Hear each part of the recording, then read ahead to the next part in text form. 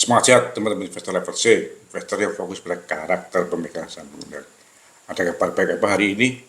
Teman-teman, PT Mandiri Herindo Adi Perkasa, calon emiten dengan kode MAHA yang bergerak dalam jasa penunjang pertambangan akan listing dengan melepas 4,17 miliar lembar sahamnya atau 25% dari saham yang beredar. Sesuai dengan prospektusnya, disampaikan bahwa tidak ada kejadian penting yang mempunyai dampak cukup material terhadap keadaan keuangan dari hasil usaha perseroan yang terjadi setelah tanggal laporan auditor independen tanggal 4 Mei 2023 sampai dengan tanggal efektifnya. Bener nih.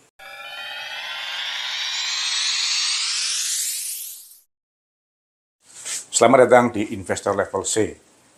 Kami coba sharing aspek fundamental agar teman-teman bisa tetap tidur tenang meskipun banyak badai di bursa. Tonton sampai habis ya. MAHA akan listing dengan melepas 4,17 miliar lembar saham atau 25% dari saham yang beredar di harga 118 sampai dengan 128 rupiah. Nilai nominal sahamnya 60 rupiah. Sekilas, PBV IPO sangat menarik karena hanya sekitar 2 kali. Namun, pada awal 2023, terjadi peningkatan jumlah saham yang di-store dari hanya 300 juta rupiah menjadi 750 miliar atau naik 2.500 kali.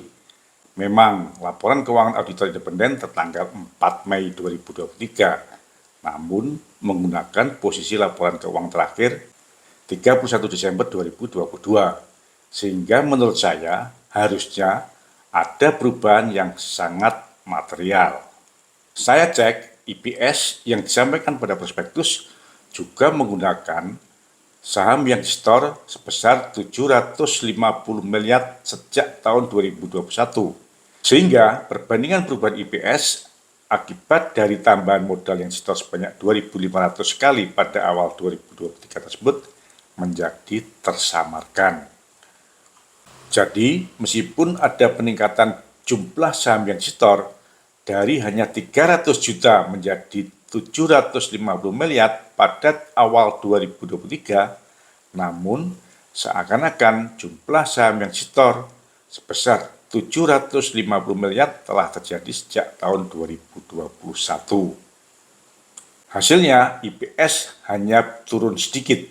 Yang kedua, sesuai dengan prospektusnya, dana hasil IPO akan digunakan untuk sebesar 60% atau 295 miliar untuk pembelian 50 prime mover dan 50 dump truck, dan 40% atau 197 miliar untuk pembelian 50 doli dan 50 vessel.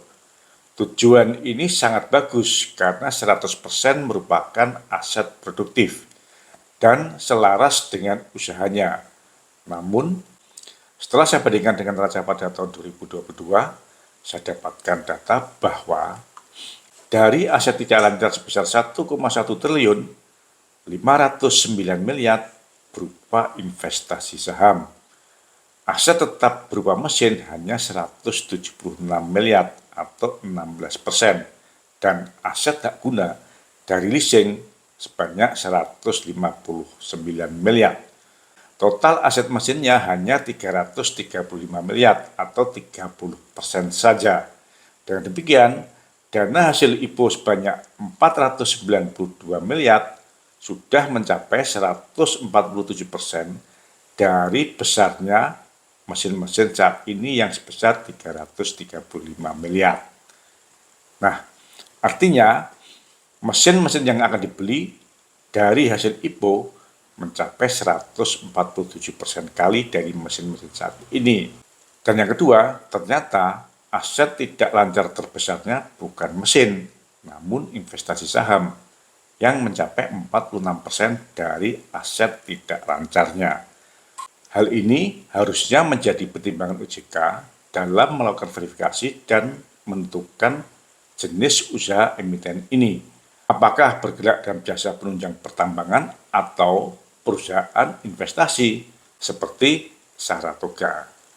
Lalu berapa besar kontribusi investasi saham ini pada laporan rugi dan labanya? PT Prima Andalan Mandiri atau MCOL baru listing pada September 2021, sehingga investasi pada saham MCOL baru muncul pada laporan keuangan di akhir 2021 dan 2022. Pada laporan keuangan 2021, kontribusi laba dari saham MCOL sebanyak 116 miliar dari total laba 378 miliar atau mencapai 31%. Dan pada tahun 2022, kontribusi labanya mencapai 167 miliar dari total laba 589 miliar atau mencapai 28%. Wow, kontribusinya terhadap laba besar banget kan? Lalu, bagaimana kira-kira kontribusi keuntungan dari investasi saham ini pada tahun 2023? Maha menggenggam saham Prima Andalan Mandiri atau MCOL sebanyak hampir 73 juta lembar. Harga saham MCOL pada akhir 2022 ditutup di Rp6.975 per lembar. Pada tanggal 27 Juni 2023, harga saham MCOL ditutup di Rp4.220 per lembar. Dengan demikian, sampai dengan tanggal 27 Juni 2023, year to date, potensi boncosnya saham MCOL yang dipegang oleh Maha sudah mencapai 200 miliar atau 40% dari investasinya. Wow! Lalu, bagaimana kira-kira potensi perkembangan harga saham MCOL dalam 6 bulan ke depan atau sampai dengan akhir tahun 2023? Sesuai dengan laporan keuangan pada Maret 2023, saya dapatkan susunan pemegang saham MCOL hampir sama persis dengan pemegang saham Maha. Jumlah saham MCOL yang dipegang oleh investor retail hanya sebesar 326 juta lembar atau sebesar 9,18%. Namun, saham retail ini termasuk saham MCOL yang dipegang oleh Maha sebanyak hampir 73 juta lembar atau 2,05%. Dengan demikian, saham MCOL yang real dipegang oleh retail hanya sebesar 253 juta lembar atau 7,13%. Dalam 1 tahun terakhir, rata-rata transaksi harian saham MCOL hanya di bawah 10.000 lot. Artinya hanya sebesar 0,39% dari saham yang beredar 7,13%. Saham yang real dipegang oleh retail pun masih di bawah ketentuan free float atau saham yang dipegang oleh retail yang seharusnya minimal 7,5%.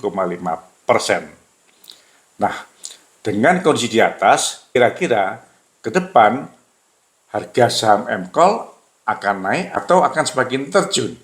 Jadi, setelah mempelajari prospektus PT Mandiri Herindo Adi Perkasa, calon emiten dengan kode Maha, dapat saya sampaikan yang pertama, pada tahun 2023, secara real EPS Maha akan anjlok karena saham yang beredar pada tahun 2023 meningkat 2.500 kali dibanding pada tahun 2022.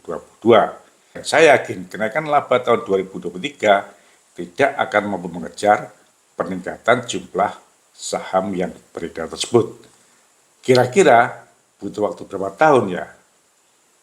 Yang kedua, 46% dari aset tidak tetapnya atau 509 miliar rupiah diinvestasikan pada saham yang sampai saat ini year to date boncos 200 miliar atau minus 40%. Dan dengan rata-rata transaksi harian saham MCOL 1 tahun terakhir hanya kurang dari 10.000 lot, dengan real free float atau saham yang dipegang oleh masyarakat kurang dari 7,5%, prediksi saya harga saham MCOL dalam 6 bulan ke depan akan semakin terjun.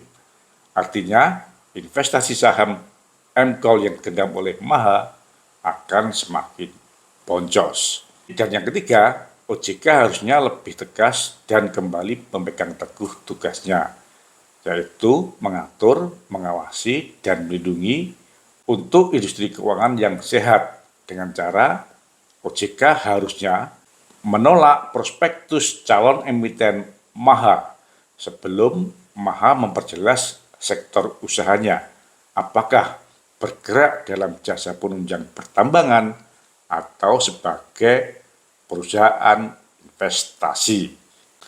OJK harus belajar pada PT Royal Indo Investa Wijaya, emiten dengan kode Indo, yang listing pada tahun 2020 dengan tujuan untuk membangun kos-kosan. Namun, lebih dari 30% asetnya dalam bentuk obligasi, reksadana, dan saham. Dan inilah yang menjadi sumber pendapatan lainnya dari emiten Indo yang berkontribusi lebih dari 90% dari laba emiten Indo. Bodornya, OJK tidak bisa melakukan apa-apa terhadap emiten Indo. Jadi, masih tertarik dengan Ibu Maha? Teman-teman, jaga kesehatan dan semoga vlog ini memberikan perspektif yang berbeda dengan vlog yang lainnya. Jangan lupa untuk sharing. Semoga lebih bermanfaat. Semangat ya! Terima kasih telah menonton. Jangan lupa kasih komen agar channel Investor Level C dapat lebih berkualitas. Dan jangan lupa sharing agar teman-teman yang lainnya bisa mendapatkan manfaat dari channel Investor Level C. Terima kasih.